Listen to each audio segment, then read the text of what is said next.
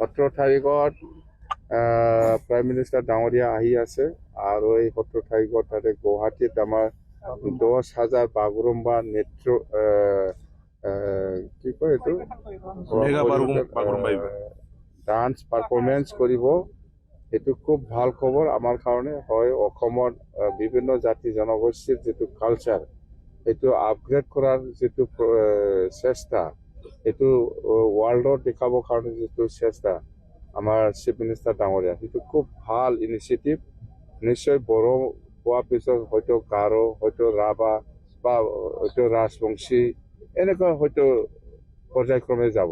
যেনিবা আগত বিহু দেখাইছে, ইয়াৰ পিছত আদিবাসীসকলক দেখাইছে, এইবাৰ বড়োসকলক দেখাইছে, নেক্সটত হয়তো কোচ ৰাজবংশী বা ৰাভা বা গাৰো বা বিভিন্ন জাতি বা গোৰ্খা এনেকুৱা সকলো জাতি জনগোষ্ঠীৰ কাৰণে চিএম ডাঙৰীয়াই ভাল চিন্তা কৰিছে।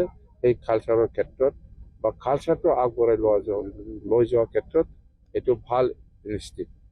17 প্ৰাইম মিনিষ্টাৰ ডাঙৰীয়া আহি আছে আৰু এই 17 তাতে গুৱাহাটীত আমাৰ 10,000 বাগৰুম্বা নৃত্য কি কয় এইটো ডান্স পাৰফৰ্মেঞ্চ কৰিব। এইটো খুব ভাল খবৰ আমাৰ কাৰণে হয়। অসমৰ বিভিন্ন জাতি জনগোষ্ঠীৰ যিটো কালচাৰ এইটো আপগ্ৰেড কৰাৰ যিটো চেষ্টা, এইটো ৱৰ্ল্ডত দেখাবৰ কাৰণে যিটো চেষ্টা আমাৰ চিফ মিনিষ্টাৰ ডাঙৰীয়া, সেইটো খুব ভাল ইনিচিয়েটিভ। নিশ্চয় বড়ো হোৱাৰ পিছত হয়তো গাৰো, হয়তো ৰাভা বা হয়তো ৰাজবংশী এনেকুৱা হয়তো পৰ্যায়ক্ৰমে যাব।